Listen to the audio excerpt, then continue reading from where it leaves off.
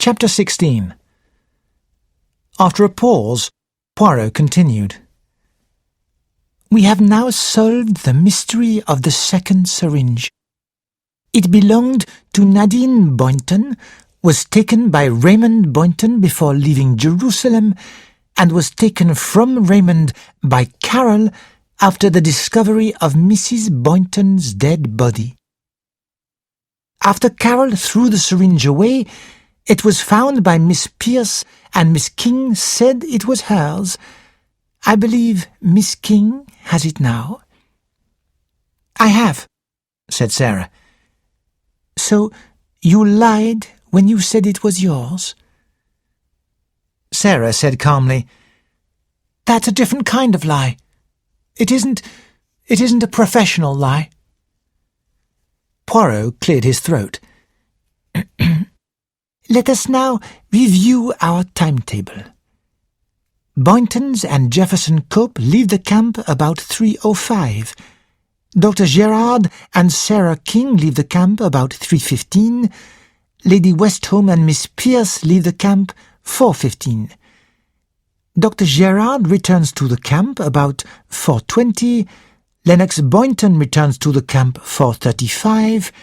Nadine Boynton returns to the camp and talks to Mrs. Boynton 4:40. Nadine Boynton leaves Mrs. Boynton and goes to the Marquis about 4:50. Carol Boynton returns to the camp 5:10. Lady Westholme, Miss Pierce and Jefferson Cope return to the camp 5:40. Raymond Boynton returns to the camp 5:50. Sarah King returns to the camp 6 o'clock. Mrs. Boynton's body is discovered 6:30. As you can see, there is a space of 20 minutes between 4:50, when Nadine left Mrs. Boynton, and 5:10, when Carol returned. So, if Carol is speaking the truth, Mrs. Boynton must have been killed in that 20 minutes. Now, who could have killed her? At that time, Miss King and Raymond Boynton were together. Mr. Cope was with Lady Westholme and Miss Pierce. Lennox Boynton was with his wife in the Marquis, and Dr. Gerard was lying ill in his tent. The camp is empty, and the servants are asleep. Could anyone have committed the crime at this moment? He looked thoughtfully at Ginevra Boynton. There is one person. Ginevra Boynton said that she was in her tent all afternoon, but that is not true. She also said that Dr. Gerard spoke her name when he was ill, while Dr. Gerard said that he dreamed of Ginevra Boynton's face. But it was not a dream. He really saw her standing there by his bed. So Ginevra was in Dr. Gerard's tent. Was she returning Dr. Gerard's syringe after killing her mother? Ginevra Boynton raised her head with its red gold hair, her beautiful eyes staring at Poirot. "That's impossible," said Nadine excitedly. Poirot leaned forward. "You are very intelligent, madame," he said to Nadine. "What do you mean by that, Monsieur Poirot?" asked Nadine quietly. "I mean that the whole time you have judged the situation calmly. You realized that you and your husband Lennox had to leave Mrs. Boynton if you were going to enjoy a happy life. But you could not persuade Lennox to go. Your husband was too exhausted to do anything. So, because you love Lennox, you told him you were leaving with Jefferson Cope to make him jealous, to make him do something. But if that failed, the only other thing that might save Lennox was if his mother died, leaving him with money and freedom." Nadine stared at Poirot. "I didn't kill Mrs. Boynton," she said gently. "After I had told her that I was leaving, I went straight to the marquee and joined Lennox. I did not leave it again until Mrs. Boynton was found dead, and had no opportunity to kill her."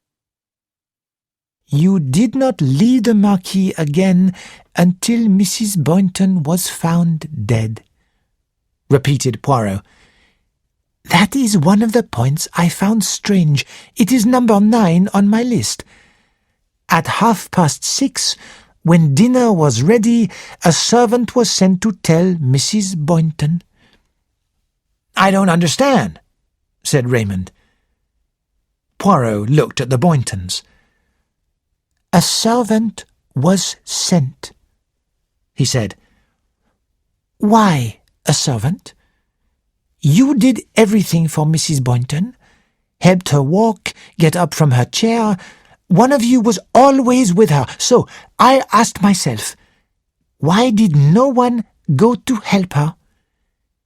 And I tell you my answer: because you knew that she was dead."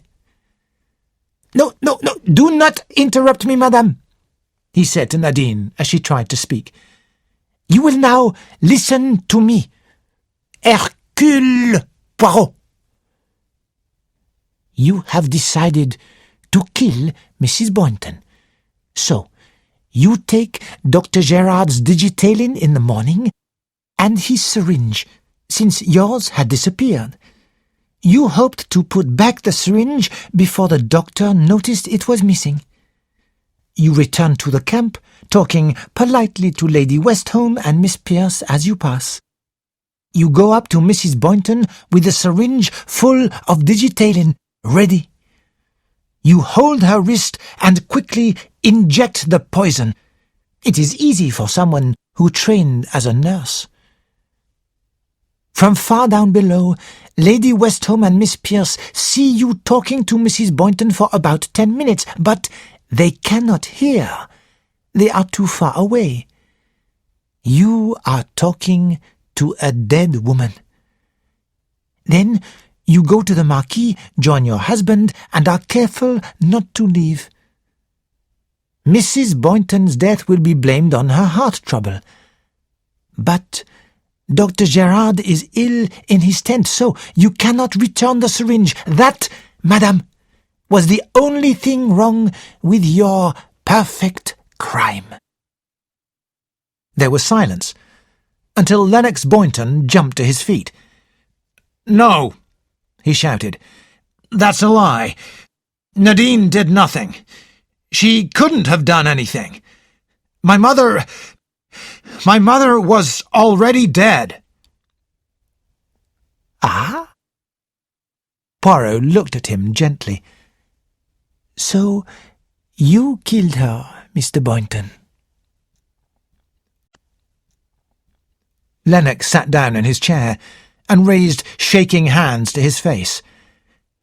"Yes, that's right. I killed her. I took the poison from Dr. Gerard's tent." "When?" asked Poirot. As you said, in the morning." "And the syringe?" "The syringe? Yes." "Why did you kill her?" You know why. My wife was leaving me, with Cope." "Yes, but you only heard about that in the afternoon." Lennox stared at him. "Of course, when we were out." "But you took the poison and the syringe in the morning, before you knew?" asked Poirot. "What does it matter?" said Lennox, pale and shaking. "It matters a great deal," said Poirot. "I advise you to tell me the truth." "All right, I will," said Lennox suddenly. "But I don't know if you'll believe me." He breathed in deeply. "That afternoon, I was nearly mad. I never thought Nadine would leave me. I felt as though I was drunk or ill. Poirot nodded. "Lady Westholme told me you were walking as if you were dizzy," he said. "That is why I knew your wife Nadine had told you she was leaving before, not after you returned to the camp." "I hardly knew what I was doing," continued Lennox. "Then I realized it was all my fault, and I should have escaped from Mother years ago. I decided to go and tell her just what I thought, and that I was leaving with Nadine that night." "Oh, Lennox, my dear," sighed Nadine. "And then," said Lennox, "she was just sitting there, dead. I didn't know what to do. I was shocked and confused. Without thinking, I picked up her watch and put it on her wrist. Then I went down to the marquee. I should have called someone, but I just sat there, staring at a newspaper. I don't know why I didn't tell anyone." Dr. Gerard cleared his throat. "You were in a bad nervous state, Mr. Boynton," he said. "You were too shocked to do anything. It is a known medical condition." "Oh, I am sure it is," replied Poirot. "But Nadine Boynton saw her husband put back his mother's watch. She returned to the camp only 5 minutes later. When she found Mrs. Boynton dead, with the mark of a syringe on her wrist, she thought that Lennox Boynton had killed his mother and put back the watch to hide the mark because she said she was leaving him." He turned to Nadine. "Am I right, madame?" Nadine nodded her head. Then she asked, "Did you really suspect me, Monsieur Poirot?" "I thought you were a possibility, madame." "And now," said Nadine, "tell us what really happened."